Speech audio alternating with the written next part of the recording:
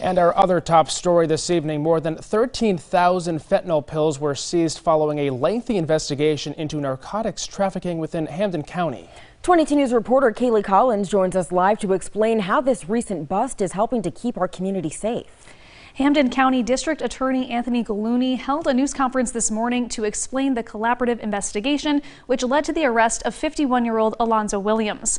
In addition to the arrest and that fentanyl seizure, approximately 30 pounds of cocaine, 406 grams of raw fentanyl, a firearm, and approximately $190,000 in counterfeit U.S. currency also seized. The DA's office described Williams as a significant narcotics supplier to both the Knox Street and Sycamore Street gangs. Gallooni says that with this seizure and arrest, a large number of overdoses have been prevented.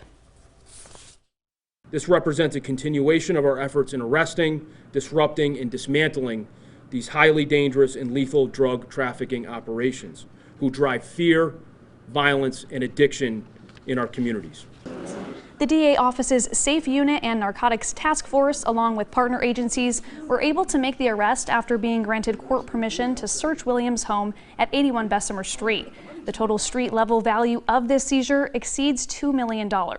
Working for you, Kaylee Collins, 22 News.